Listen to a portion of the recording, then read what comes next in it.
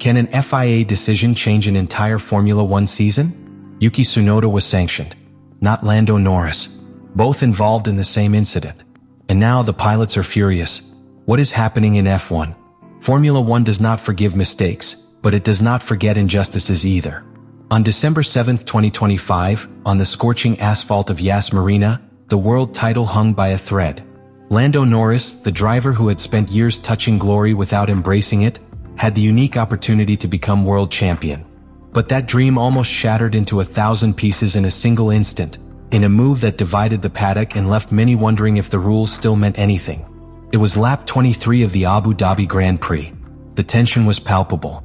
Max Verstappen was leading the race, but his tactical partner, Yuki Tsunoda, had assumed a fundamental defensive role, delaying the advance of the McLarens to protect the Dutchman. It was a classic team strategy meticulously planned.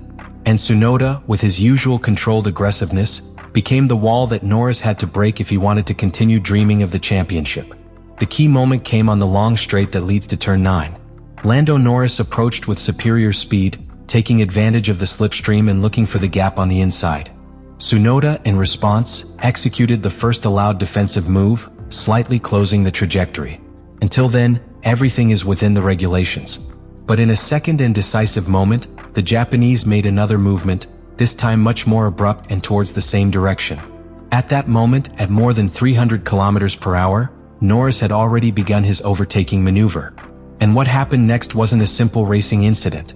It was a scene that put lives at risk. Norris, with feline reflexes and fear of a possible head-on collision, turned violently to the left, completely leaving the track limits.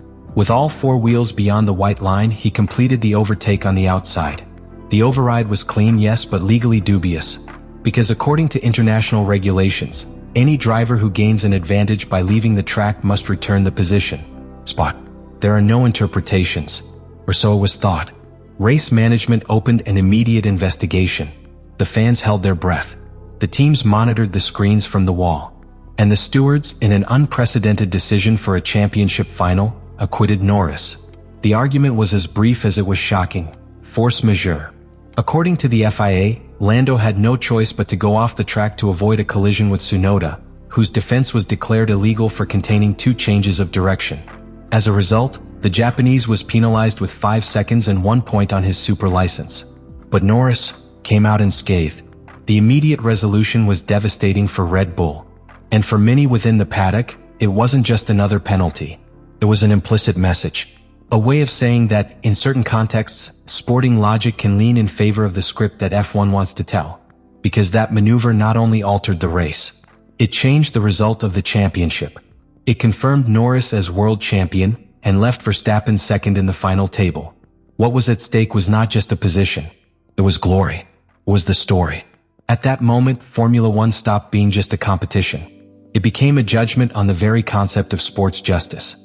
Because when rules are interpreted in the light of convenience, it is not just the regulations that are eroded.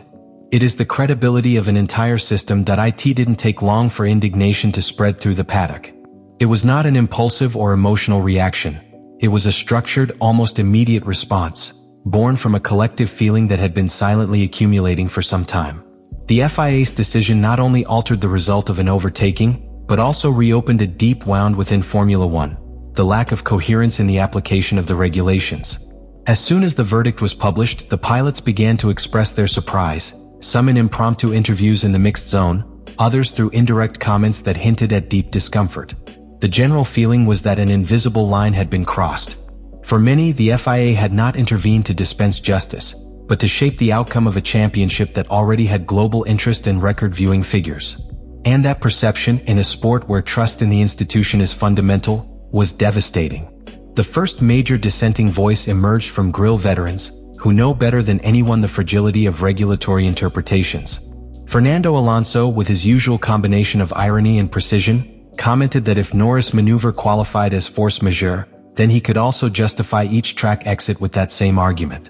His phrase was not a mockery, but a direct criticism of the precedent that the FIA had just created.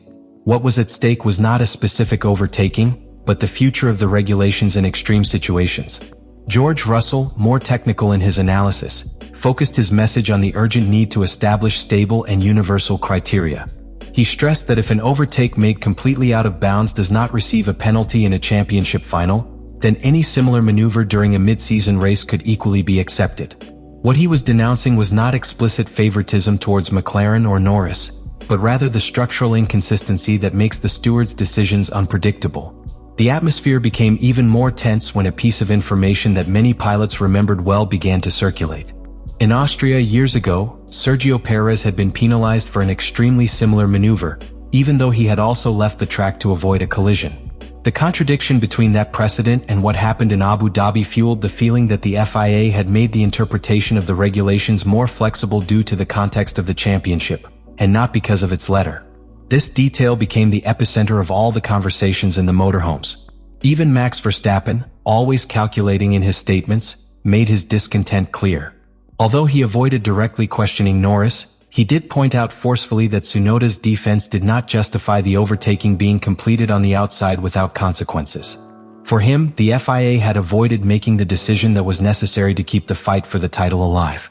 And that this avoidance, no matter how diplomatic, was an explicit intervention in the narrative of the championship. The decision not to sanction Lando Norris for an off-track overtaking, despite existing precedents, exposed a structural weakness in the way the FIA interprets, applies and communicates its own regulations. The official justification appealed to the concept of force majeure, a figure that is rarely used in the context of overtaking, and whose interpretation can be as broad or as limited as the stewards wish. That ambiguity is exactly the type of loophole that can be exploited or manipulated depending on the circumstances, and that flexibility, while legally viable, is sportingly dangerous. The most worrying thing was not the decision itself, but the context in which it was made. A season finale loaded with media attention, a championship decided by a few points, and a narrative that favored the rise of a new champion, young, charismatic, and commercially profitable. In this scenario, any interpretative movement by the FIA is inevitably perceived under a magnifying glass of suspicion. It doesn't matter if the intentions were clean. In high-level sports, perception is everything. And this is where the fiercest criticism appears. The FIA has failed to build an institution that transmits trust. The lack of transparency in the decision-making process, the absence of direct and detailed communication with the teams, and the constant rotation of key figures in the stewards' committees fuel an environment of constant uncertainty. Who makes the decisions? Under what criteria? Is there consistency between Grand Prix? Does the political weight of the teams or the commercial interests of the championship influence it? These questions are not new. But after the 2025 Abu Dhabi GP, they stopped being rhetorical. Influential figures in the paddock began to openly formulate them. Even Toto Wolff, normally measured in his public dealings with the FIA, called for structural reform in the refereeing system. And he wasn't the only one. Andrea Stella from McLaren demanded greater clarity in the maneuver review protocols. Ferrari's Fred Vasseur went further. He requested that the stewards' full discussions in sensitive cases be published. Because if the FIA cannot demonstrate that its decisions are technical and not political, the system falters. Added to this is a historical component. The FIA had already had a history of controversial decisions. From Vettel's sanction in Canada 2019, to the famous Abu Dhabi 2021 scandal with Hamilton and Verstappen. Each of these situations was different, but they all shared the same pattern. A flexible interpretation of the rules in moments of high pressure. The cumulative effect of these decisions has been lethal to the credibility of the governing body. Ultimately, what happened at Yas Marina was more than a maneuver between two pilots. It was a mirror in which the true state of the sport was reflected. Formula One advances at more than 300 kilometers per hour, but its justice system still carries inertia that makes it slow, opaque, and vulnerable. And as long as that does not change, each controversial decision will continue to sow the same question. Who really wins the championships, the drivers or the offices? Leave me your opinion in the comments what you think about all this.